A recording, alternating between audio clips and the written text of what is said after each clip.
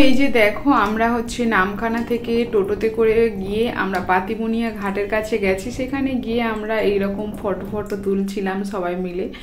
তারপরে এবারে মানে অনেক দিনের একটা ইচ্ছে ছিল যে এখানে যাব। হয়তো অনেকের কাছে জায়গাটা ভালো নাও লাগতে পারে, কিন্তু আমাদের কাছে জায়গাটা খুবই সুন্দর লাগছে।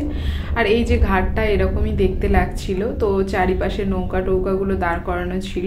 তো চলো এখন আমরা এ ঘাট থেকে ওই পারের ঘাটে যাব আর কি।